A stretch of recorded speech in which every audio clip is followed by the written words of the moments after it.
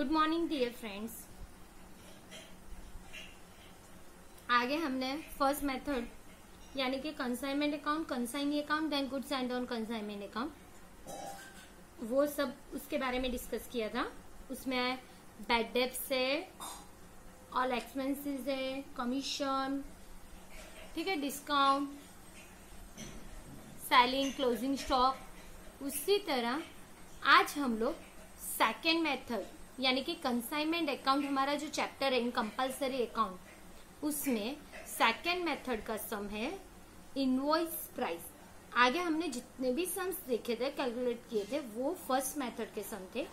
आज हम invoice price second method start करेंगे। ओके, उससे पहले मैं आपको बताती हूँ, ये जो फर्स्ट मेथड है उसमें आपको ये सारे सम्स HW यानी कि होमवर्क करने हैं। देख लो कौन से वाले। फर्स्ट मेथड में से प्रैक्टिकल और इल्यूस्ट्रेशन, यानी यहाँ पे मैंने सम नंबर 3 है, 5 है, 8, 7, ठीक, सॉरी 9, ये सब हमने इसका आंसर सॉल्व किया है क्वेश्चन का प्रैक्टिकल। बस आपको इसके अलावा जितने भी बाकी है सम, वो सारे सम्स अपने नोटबुक में रेडी रखने हैं। इसके साथ साथ जो इल्यूस्ट्रेशन 7 और इल्यूस्ट्रेशन 8 है वो भी आपको करना है, ठीक है। बस फर्स्ट मेथड में आपको इतने से ही सम करने हैं। अभी मैंने इन प्रीवियस लेक्चर आपको बताया था कि बैड डेब्ट्स और बिल क्रेडिट कमीशन, उसका शॉर्टकट क्या है, मीन्स कि आप जब भी यूनिवर्सिटी की एग्जाम होगी और इसके रिलेटेड बैड डेब्ट्स या बिल क्रेडिट कमीशन के रिलेटेड कोई पॉइंट होगा, तो फिर आप क्या करोगे, शॉर्टकट में आपको याद रखना है। क्या याद रखना है? बैड डेब्ट्स का कोई पॉइंट हो तो आपको ये पता होना चाहिए कि कंसाइनर्स रिकमेंड एंड रिस्पॉन्सिबिलिटी से कोई सेलिंग करता है, तो आपको ये समझना चाहिए कि बैड डेब्ट्स हमारे जो कंसाइनमेंट अकाउंट है, हमारा जो कंसाइनमेंट अकाउंट हम प्रिपेयर कर रहे हैं उसमें आएगा। इसके अलावा हम लोग बैड डेब्ट्स नहीं लेंगे, ठीक है। समझ में आया? बैड डेब्ट्स कब लेनी है? सिर्फ एक ही वर्ड, एक ही पॉइंट याद रखना है, रिकमेंड एंड रिस्पॉन्सिबिलिटी से सेलिंग की तो कंसाइन बैड डेब्ट्स आएगा in the books of the consignment. Okay, second one है del credere commission. Del credere commission यानी आसामी आदत। डील क्रेडिट कमीशन में आपको ये याद रखना है, क्रेडिट सेल्स जो दिया है उस पे ही आप डील क्रेडिट कमीशन कैलकुलेट करना है। अगर क्रेडिट सेल्स नहीं दिया हो तो टोटल सेल्स जो है आपके पास, उस पे डील क्रेडिट कमीशन कैलकुलेट करना है। ओके, यानी फर्स्ट प्रायोरिटी आपकी क्रेडिट सेल्स है और सेकेंड है टोटल सेल्स। ओके, ये मैंने आपको समझ में आए इस लैंग्वेज से मैंने ये लिखा है। ओके फ्रेंड्स, ठीक है। अगर डील क्रेडिट कमीशन दिया हो तो आपको एंट्री कौन सी करनी है? कंसाइनमेंट अकाउंट है, सॉरी बैड डेब्ट्स दिया हो तो उसकी एंट्री क्या आएगी? Consignment account debit to goods and on consignment account. मैं लिख लेती हूँ यहाँ पे।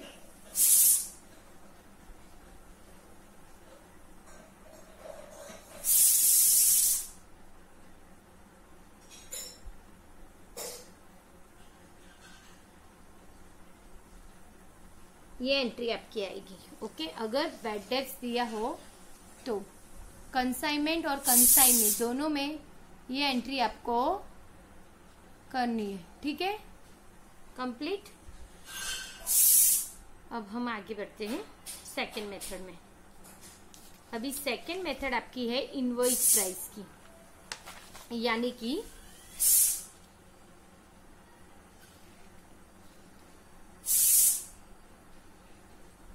इनवॉइस प्राइस में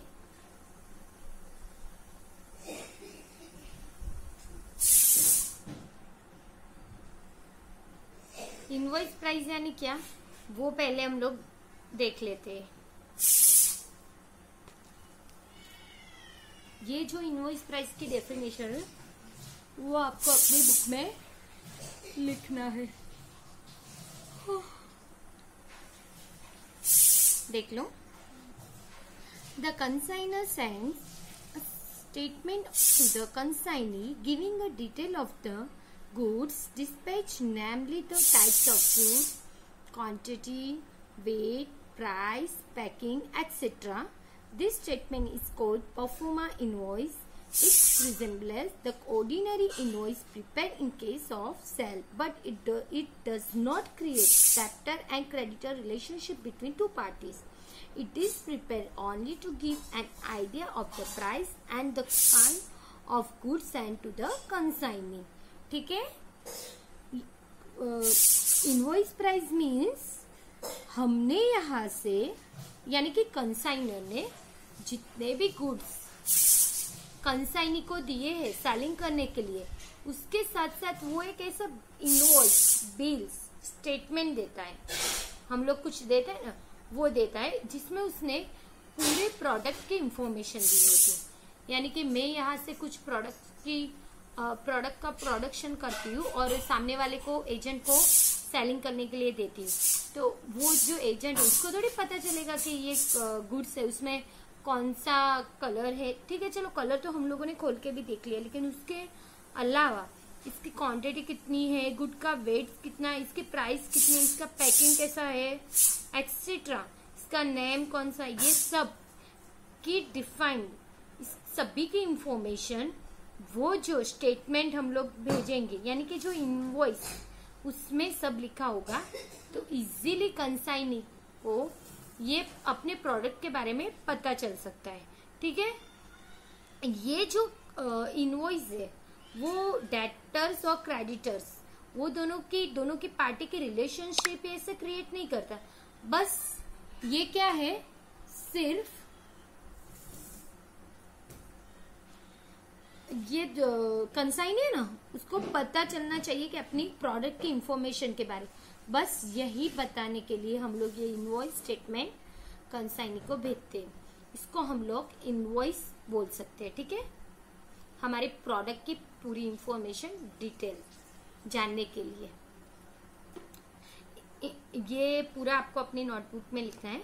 आगे इनवॉइस के बाद सेकंड नंबर हम देखेंगे, ये बहुत ही इम्पोर्टेंट फॉर्मेट है, ये आपको अपनी बुक में लिखना है और याद भी करना है। याद कैसे करना है, ये ऐसा table converting the percentage on a cost from given percentage on a invoice price, यानी कि इनवॉइस प्राइस का जो भी परसेंटेज है वो कॉस्ट में कैसे हम लोग ट्रांसफर करते हैं, वो ये टेबल हमें परफॉर्म करता है। ठीक है, यानी कि इनवॉइस प्राइस, सपोज कि इनवॉइस प्राइस 10% हो तो उसके बेस पे कॉस्ट प्राइस कितना होगा, 1/9%, यानी कि कॉस्ट प्राइस जो है 1/9% होगा। 62 डिवाइडेड बाय 3 यानी 20%। 20 अगर इनवॉइस प्राइस हो तो कॉस्ट प्राइस में कितना होगा, 1/4 पार्ट यानी 25। 25 हो तो 33 1/3 पार्ट, 33 1/3 50% और 50 हुआ तो 100%। ठीक है, ये कहाँ पे आपको लास्ट में जब आपका प्रॉफिट दिया हो और प्रॉफिट में ऐसा लिखा होगा profit on based on cost price, तो आपको ये अपना जो भी प्रोडक्ट है वो सेलिंग पे हुआ तो आपको सेलिंग पे कैलकुलेट करना है। अगर ये दिए है परसेंटेज तो आपको ये फाइंड आउट करना है, ये दिए है तो आपको ये फाइंड आउट करना है। बस आपको अपने सम्स के हिसाब से चलना है। ठीक है, तो आपको ये फॉर्मेट याद रखना है। कैसे याद रखेंगे मैं आपको थोड़ा बहुत दिखा दूंगी आगे के लेक्चर में। वो इक्वेशन रख के हम लोग 100 का इक्वेशन रखते हैं ना, उसी तरह से ये आपको मैं बता दूंगी। ओके, आगे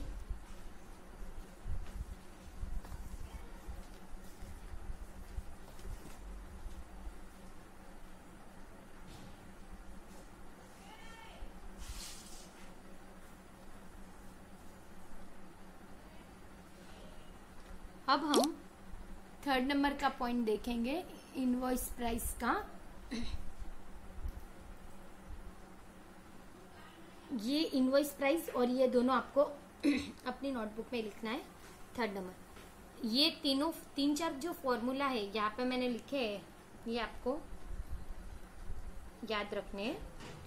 यानी कि अगर इनवॉइस प्राइस दिया हो तो उसका फॉर्मूला क्या आएगा, कॉस्ट प्राइस और प्रॉफिट दोनों को मिला के इनवॉइस प्राइस मिलता है हमें।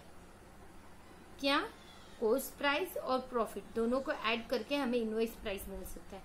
अगर हमें कॉस्ट प्राइस फाइंड आउट करना है तो हम लोग क्या करेंगे, सिंपल इसी इनवॉइस प्राइस बढ़ाए उसमें से हम लोग प्रॉफिट लेस करेंगे तो हमें क्या मिलेगा, कॉस्ट प्राइस मिलेगा। और प्रॉफिट फाइंड आउट करना है तो आईपी में से सीपी में लेस करूंगी तो मुझे प्रॉफिट मिल सकता है। ओके, समझ में आए तीन जो फॉर्मूला है उसके बारे में, ठीक है। अब आगे,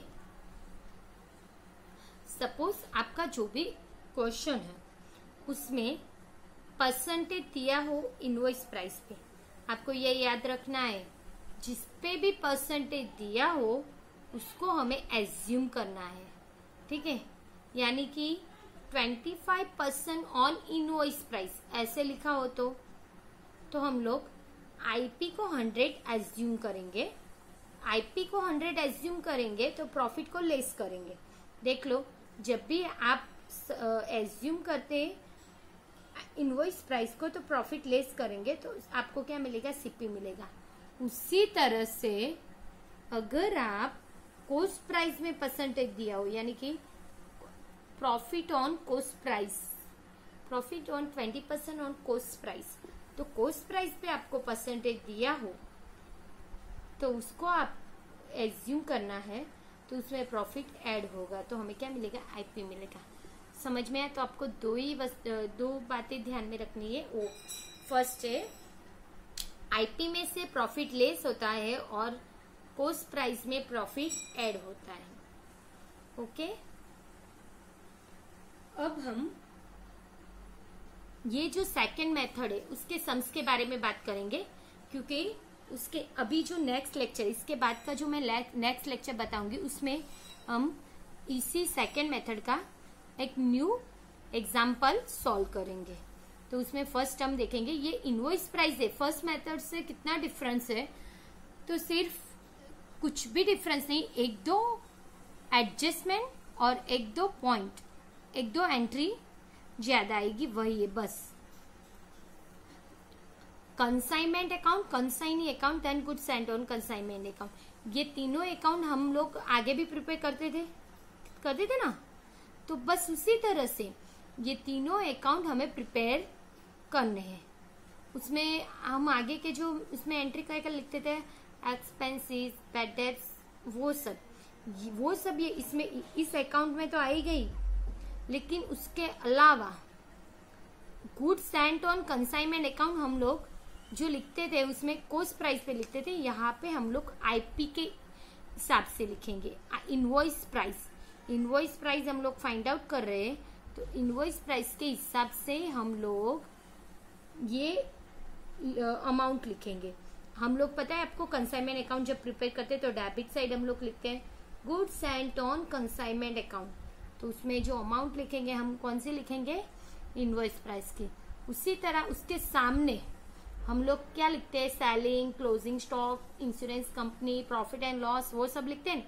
उसमें एक न्यू पॉइंट ऐड होगा, वही by goods sent on consignment account only differences, यानी कंसाइनमेंट अकाउंट में डेबिट साइड आएगा इनवॉइस प्राइस और सामने उसके क्रेडिट साइड होगा प्रॉफिट। बस ये दोनों नई एंट्री आने वाली, इसके अलावा नहीं आने वाली सेकंड मेथड में। समझ में आया? इनवॉइस प्राइस में क्या है, ये इनवॉइस प्राइस क्यों यूज होता है, क्योंकि कंसाइनी को हम यहाँ से जो भी गुड्स सेंड कर रहे हैं वो उसमें हम लोग क्या करेंगे, हमारे पास जो कॉस्ट प्राइस है उसमें प्रॉफिट ऐड करके हम लोग वो गुड्स सेलिंग करने के लिए देंगे। तो इसी हिसाब से कस्टमर को पता नहीं चलेगा कि हमने ये गुड्स जो भी सोल्ड किए, सेलिंग किए हैं, उसमें कितना प्रॉफिट ऐड किया है, ठीक है। तो हमारा ऐसे भी हमारा मुनाफा, प्रॉफिट बच सकता है। उसके साथ साथ कंसाइनी को भी ज्यादा नहीं पता चल सकता, तो वो क्या करेगा, कमीशन की ज्यादातर डिमांड नहीं कर सकता। तो ये दोनों हमारे लिए बेनिफिट है इनवॉइस प्राइस का, यानी फाइंड आउट करने के लिए, ये कॉस्ट प्राइस और इनवॉइस प्राइस दोनों में प्रॉफिट ऐड करने के लिए। ठीक है, समझ में आ गया आपको?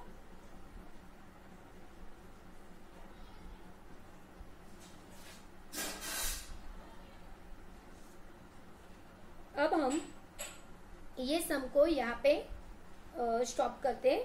सॉरी, ये जो भी मैंने आपको बताया वो इन्फॉर्मेशन के बारे में, नेक्स्ट लेक्चर में हम लोग नेक्स्ट सम्स के साथ मिलेंगे, लेकिन इसी मेथड का वो सम होगा और ऐसा कुछ सम देंगे जिसमें ऑल इंफॉर्मेशन दी हो और यूनिवर्सिटी में वो ज्यादातर उसके क्वेश्चन आए हो। ठीक है,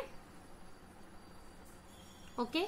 और हाँ, एक बात, आपको मैंने आगे जो जितने भी नंबर्स दिए हैं सम नंबर, वो सब आपको कैलकुलेट करने में मीन्स के आपको ये पूरे के पूरा सम जितने भी है आपके बुक में आपको लिखने हैं, याद से इसके कैलकुलेशन करने। अगर आपको कुछ भी समझ में ना आए तो मुझे कांटेक्ट करना है और मुझे पूछना है कि इसका सॉल्यूशन क्या है मैम, ठीक है, लेकिन आपको प्रैक्टिस करनी होगी।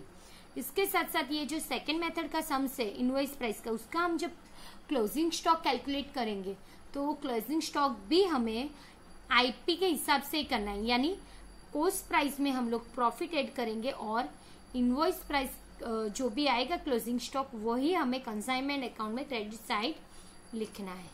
ओके, आगे बेहतरीन आपको जब मैं सम का कैलकुलेशन आंसर सॉल्व करवाऊंगी तब पता चलेगा। ओके, ठीक है, थैंक यू।